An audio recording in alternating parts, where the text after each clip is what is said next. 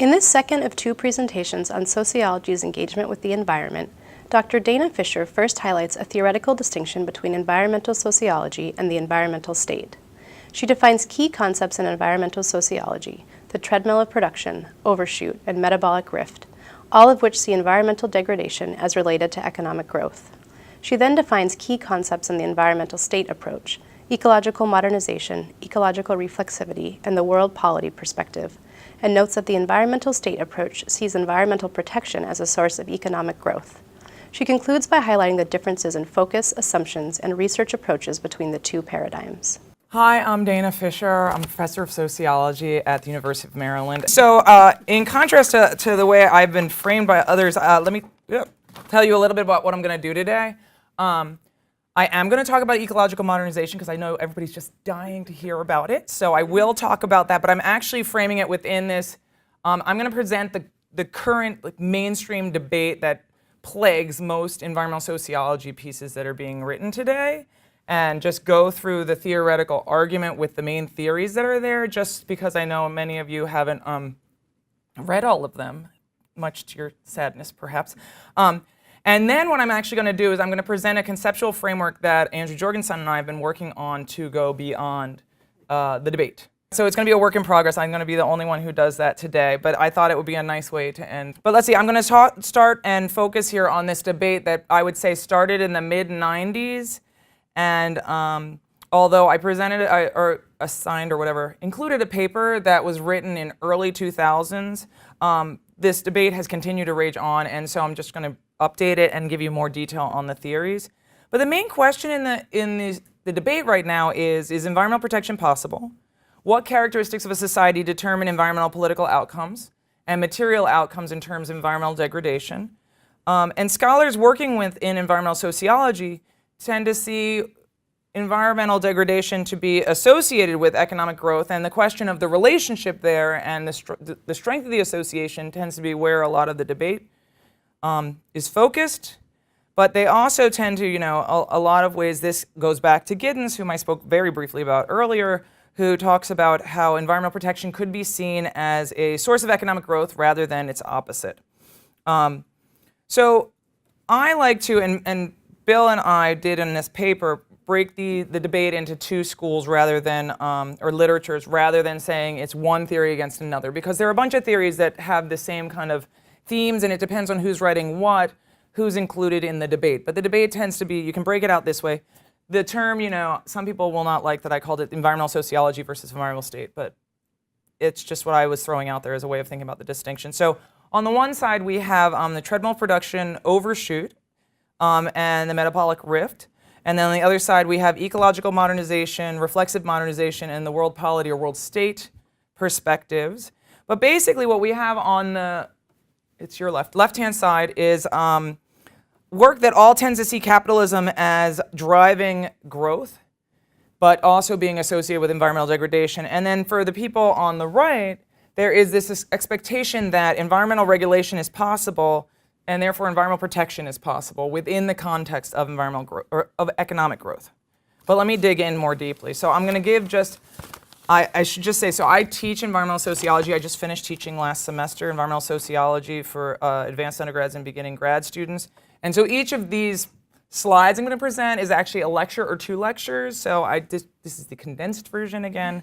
So if there are questions, we can come back to it. I know we've already talked a little bit about treadmill production, so perhaps there may be more questions on theories that haven't been discussed at all, but as I said, I'm trying here to distill and also, get us to drinks. So, treadmill production. So basically, this is Alan Schneeberger and his colleagues' work, and they tended to situate the work within the basic, the first and second laws of thermodynamics, but the overarching theme was that there's this enduring conflict between economic growth and environmental quality. The treadmill production is built around two processes, and the first, as Schneeberger said, was the expansion of technological capacity, and the other is the increased necessity of using this capacity in order to provide economic support for the population. And basically, they focus on this notion of the speeding up of society through the industrialization process, which basically means that industrialization will drive further industrialization. And the way that they conceptualize this is by talking about there being additions and withdrawals. So society is adding environmental bads to the environment while withdrawing environmental goods. And it's this constant, that's where you see the treadmill there. So there's this treadmill, and the faster society, or the more society grows and the faster industrialization goes, the more additions and withdrawals there are. And the goal of the treadmill is basically to expand production and ecological extraction, or expanding additions and withdrawals. Competition is seen as driving the treadmill. And while they moved forward in work that was written around the treadmill production to talk about it being a transnational treadmill that connects people all over the world and production processes all over the world, which does provide some opportunities for connection with the world systems approaches, but that hasn't been done, I think, very in depth at this point. But I think one of the big themes in kind of the conclusions of the treadmill production work is that while you can expand the pie so that there's more resources for everybody, the pie can't stop and the treadmill can't stop. And so there is no way to stop this treadmill. Now, Schneeberger and Gould did, in their 1994 book, suggest one possible way to move forward beyond the treadmill production. And I'm just going to read they basically said here from page 53, the greatest threat of the treadmill may not lie in deficient technologies that pollute, but in the competitive logic of maximization of shared values without limits. And they said the only way to move beyond this is to basically mobilize politically with the idea that, and then in other pieces that they've written, talking about alliances between labor and the environmental movement may be able to move forward. But in the end, when pushed, they always come back to this saying, well, the logic of the treadmill means that the treadmill will continue. And so that is my summary of the treadmill. So Overshoot wasn't really talked about here, but I think it's just such a great piece of work that I thought it was worth mentioning. Overshoot comes to similar conclusions, but basically embraces a lot of more ecological terminology to talk about the same type of processes. And they basically, Catton in his work basically talked about the notion that humans have sustained society and population growth through consuming more than their carrying capacity, that we have overshot our carrying capacity. And we've done it through multiple processes. One is this takeover method of stealing from what he called elsewhere, and elsewhere can be stealing from colonial places, or more recently from developing countries, or what he called the drawdown method, which is stealing from what he called elsewhen, and that's obviously particularly a reference towards fossil fuel consumption, and relying on what he called phantom carrying capacity, which is, this is a quote from his book from '82, the portion of the population that cannot be permanently supported when temporally available resources become unavailable. And in the end, basically, he also concludes that there really is no way to move past Overshoot without what he calls a die-off, which could be a world war, could be famine. But in general, until there are fewer people on the planet who are consuming resources, we are having problems. Or we will continue to have problems, and there will be challenges. The metabolic rift is part of what I like to think of as the ecological and Marxist kind of mainstream perspective. A lot of people have talked about this already today, but I just wanted to put it in here. In a lot of ways, it's similar to the treadmill production, although Alan Schneeberger once yelled at me for calling him a Marxist, so I know that I would never say that. It's the same, but that there are a lot of similarities. But basically, it says that capitalism tries to find ways around rising environmental costs. And let's see, the perspective here argues that modern capitalism drives the growth imperative, and it is a social metabolic system that operates in accord with its own logic, reducing nature and labor to serve capital accumulation. One of my favorite pieces of the metabolic rift, or the ecological Marxism literature, is on the contradictions of capitalism, which focus on two components of, or two contradictions. The first would be what Bellamy, Foster, and O'Connor have called the demand side crisis, which is basically focusing on the alienation of labor, that labor, as labor becomes part of this production process, no longer is connected to the resources that are being consumed or processed. And at the same time, labor is also squeezed to the point where it can no longer afford to purchase the products that are being produced. And then at the same time, there's the second contradiction, which is seen as the more environmental of the two, and that's the supply side crisis, focusing on the exploitation of the natural environment, which is not infinite, and it's basically, Foster calls this the absolute general law of environmental degradation under capitalism. I like to, if we had more time, I do a nice little anecdote about using a piano process and how people used to produce pianos through craftspeople, and how it's become much more industrialized, and the production process has gone into factories, and no longer do people realize that the ivory is coming from an endangered species, which I would do if we had more time. But instead, just imagine I gave you a really great anecdote about how these two contradictions of capitalism can be seen within making pianos and industrial processes. So that's those are the theories that fall into this traditional environmental sociology side. And I'll talk about the commonalities in a minute, but I thought I'd go through all of the theories first. The next one is the one that has come up a bunch of times, but we haven't really spoken about in detail, which is ecological modernization. And I wanted to just say here, so the Ecological Modernist Manifesto that just came out, I guess this was less than a year ago now, and got a lot of attention leading up to Paris and the climate negotiations, is seen as very much kind of an alternative perspective, a more popularized perspective on ecological modernization that does not, that's like a public reinterpretation. And I actually had emailed with the proponents of ecological modernization, Gerrit Spargaard and Arthur Moll, when it came out, asking them what their thoughts were, because I assigned the manifesto to my class and I want to know what they thought of it. And they're like, oh, we're not really speaking on that. But it's very, very different. So this is ecological modernization within the sociological literature. And within ecological modernization, there is this focus on super-industrialization that's driven by hybrid arrangements among multiple social actors, that would be state, market, and civil society actors, to bring around environmentally, a more environmentally sustainable future. Some people have considered this overly optimistic. It sees science and technology as central institutions. And in a lot of ways, I think one way of thinking about this is that ecological modernization is talking about going from end-of-pipe solutions, where you have all the nasties that get pumped out into the water, and then you decide to clean up the water. And instead, ecological modernization says the processes become changed, and all of a sudden, either citizens complain or policymakers recognize that a watershed is about to die because of all the pollution, and for some reason there's a decision made to clean up the process, and instead of cleaning up the yuck that comes out at the end of the pipe, they start to change the production process so it makes less yuck to begin with. And so there are lots of examples of when these types of ecological switchovers have taken place. And the part of what's happened with this debate in sociology is a question of whether that really means that capitalism no longer is driving environmental degradation long term, and whether or not we're basically just doomed anyway. And there, you can think about it within the context of thinking about recycling, thinking about alternative energy. Many in the room have talked about different components of this, or thinking more broadly about the differences between developing and developed nation states, and the ways that they produce carbon, the ways that they consume resources, et cetera, so forth. But the idea is that in ecological modernization, they argue that continued economic growth increases both technological advancement and environmental governance, which serves as a basis to mediate the environmental outcomes of development over time.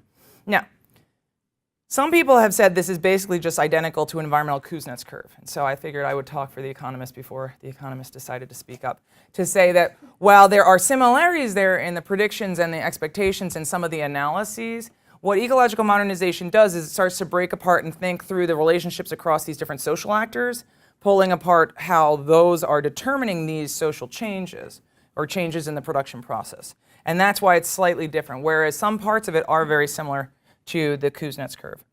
And basically the idea is to highlight the relationship between modernization processes and the environment and industrial societies. Now, some people also could say that this is very much consistent with Julian Simon's work. And in some ways it is, and in some ways it isn't. And we can talk about that more later, because I know I'm supposed to be done soon. So the next theory that I wanted to touch on, which hasn't been mentioned, I think, really at all today, is reflexive modernization and the risk society. And this one is really tough to do in like a 3-minute summary, but I'm going to try. Okay, so reflexive modernization really focuses on risk as the driving force for social change. Okay, and basically we got a bunch of quotes from Ulrich Beck here. He's a German, and he likes to talk like a German, so you'll see that he likes to talk about radicalizations of modernity. And I'm not sure that it helps as much to think through what he talks about. But basically, the idea of reflexive modernization is that society goes through two stages. The first stage is called a risk society. And the idea behind it is that change is unintended and unpolitical. And basically, because it's unintended and unpolitical, it passes through all the normal forms for political decisions, the lines of conflict, and the partisan controversies. And instead, change contradicts democratic self-understanding because it comes through the notion of risk. And Beck is famous for saying that it arrives on cat's paws because it's very sneaky, and you don't know that it's coming. So risk society is this underlying assumption, and it comes first. And basically, Beck and his colleagues say risk is not an option, it is the unintended consequences of industrial society. And one of the best ways to think about it, and Fred Buttle used to talk about this when he taught reflexive modernization, he would say, you know, if you think about it, it's the reason that the insurance companies are just booming right now. Because what are they doing? But rather, they're basically estimating your risk of getting flooded out or hit with some other disaster. And there is never the chance of zero on any of those. And so these are the kinds of industries that are going to drive risk society. So risk is an unintended consequence of industrial society, and it's the next step, and Beck talks about it, and Giddens spoke about it as being something that we don't even know is coming. And it's not the thing that you expect to happen that's going to drive the risk society, but rather it's the things that we don't expect. That's the whole cat's paws part. But basically, risks are the side effects of modernization and industrialization, and it is impossible to take those to zero as long as we live in an industrial society. Let's see, and he also talks about within the risk society that risks tell us what should not be done, not what should be done. So it's not that we can talk about, oh, if you just do X, you no longer are at risk of cancer. It's rather, well, if you drink organic milk and you don't spray Roundup on your lawn, you'll have less of a chance of getting cancer. And that's the best you can talk about within the context of risk here. So because of that, ecological crises become central. And risk society happens when risk permeates so much that people start to just feel the effects of it every day. And there have been glimpses of it. Katrina, obviously, Hurricane Sandy. I was living in New York City right after 9/11. No question we were in a risk society there. And the political became unpolitical, and the unpolitical became political. Because all of a sudden people were fighting over water. I know after Sandy, I have friends in New York who were saying they had to drive they had to drive up to Westchester just so they could fill up their gas tanks, right? Because you just couldn't get gas. And if you went to to the pumps, people would start fighting with you. So anyway, in this process towards reflexive modernization, you get to the risk society, and then basically things start to fall apart because risk permeates. And out of that, we end up with reflexive modernization, which is when enough people are harmed by risk, so their lives are so affected by risk that people start to mobilize in new ways. And it's not just citizens taking arms and protesting and, a revolution in the form that Marx might predict, but rather it's the industries that are going to make money on it, like the insurance companies and others, as well as, the businesses, as well as the other types of individuals and, market actors and government actors who want to deal with risk and try to move forward. So there are these interesting coalitions that form. They call them eco-profiteers. And as a process of that, we basically have this self-confrontation with the effects of risk society that lead to a new modernization, which is called reflexive modernization. And I guess the last thing I would say about that is that conflicts over goods turn into conflicts over bads. Because historically, war has been waged, because people are trying to get access to goods, right? Oil, timber in the past. But eventually, wars will be waged over getting away from whatever risk it is, whether it be tainted water or drought or whatever else it is. All right, and the last one I wanted to talk about is I called it the world polity perspective. I learned that they actually call it world society. There's world society, world polity. So anyway, here it's called world polity perspective. So this is this broad literature that has been spoken about a little bit here that tends to argue that the environmental state has emerged. This is the ASR paper. It's a quote from the Frank Hironaka and Schofer article that says environmental protection is a basic purpose of the nation state. But in contrast to ecological modernization and reflexive modernization, there are different processes seen as causing the environmental change. And in this case, they talk about this isomorphism coming from the top down globally.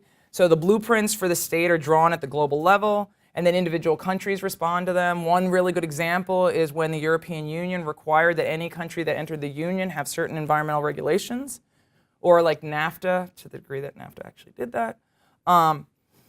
Let's see, so Buttle's response to this work argued that there's this growing degree of global cultural homogenization in social structure and this isomorphism of organizational forms across world societies that's more significant than just functional necessity or task demands. But I think what's really important here, and Ann Hironaka published a book this summer, I think it was, that's a newer version of this, is that the idea here is that it's this notion that states are all working with this in this global system where environmental regulation and environmental response comes from the top down, top meaning the international level down, rather than coming from trickling up from communities. Like, for example, it'd be the opposite of reflexive modernization, because it's not coming from people feeling risk, it's rather coming from nation states are saying it. If the Paris Accord is successful and all of a sudden everybody has to do something because the international governing body of the UNFCCC has declared it, that would mean they are correct. So these are all the theories, and basically, let me just give you a kind of, the comparison here is, so the similarities and differences across the school. So there are lots of differences, obviously, and way more than I even put up in each of those slides. But just to say that here are the similarities that I think are worth noting. For those in the environmental sociology literature, or whatever we want to call them, there's this focus on environmental degradation and crisis. There's this notion that the economy is leading social change, and there's no clear way out. And there's some discussion of social movements having a potential. I suppose if there were a bloody overthrow, revolution, it could solve the problem potentially in the context of the treadmill, but really there's this, hope potentially. They look at countries in the developing or developed stages, and they're very pessimistic. I said relatively here, but I think they feel very pessimistic at this time of the day on a Monday. On the other side, the environmental state literature focuses more on regulation and protection. So in some ways, the object of inquiry for these literatures is very different, right? They focus on these coalitions coming from hybrid arrangements, so they're not just looking at one social actor at a time. And they think about development as leading to the way out in terms of leading to more environmentally possible futures for industrialization. They tend to focus only on countries that are in the post-industrial stage, and they tend to be relatively optimistic. So what I wanted to do is just present one potential framework for thinking about bringing these guys together. All right, and this is something that, as I said, Andrew and I are starting to play with.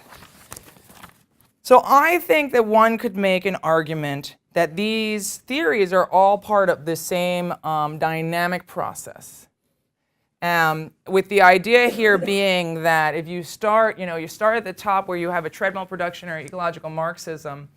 If you get to an extreme form of treadmill and metabolic rift, you may have so many environmental bads that you tip over into a risk society, right? Where all of a sudden risk has permeated so much that people are going to start to mobilize. And there has been this discussion within the treadmill production and within ecological Marxists that there could be possibilities for these kinds of mobilizations to happen to make social change. So risk could be the pivot that leads to that. And risk society itself is inherent to risk society is this notion that risk society leads to reflexive modernization, where there is a success of capitalism, where the conflicts over goods turn into conflicts over bads. And if it actually is successful, if reflexive modernization could be successful at dealing with environmental problems, you could end up looking like something that looks like ecological modernization and a world society, where all of a sudden we have this kind of global, isomorphic forms that are all taking place around the world because there's this super industrialization where the industrial processes that are dealing with risk are embracing the change. But this is not seen, it's a cycle where, things can happen that can make some state or community that's at the ecologically modern point get, bounced back. And I would argue that there could be these extreme events, state failure, other processes. I think that we could argue that disasters can take states or communities that are relatively ecologically modern and push them backwards. I think that you could see that in Paris after the terrorist attacks recently. You could see it after September 11th in New York City. I would guess that you could see it after Katrina, but I am not an expert, and Lori would be able to speak better to that. But that's the idea.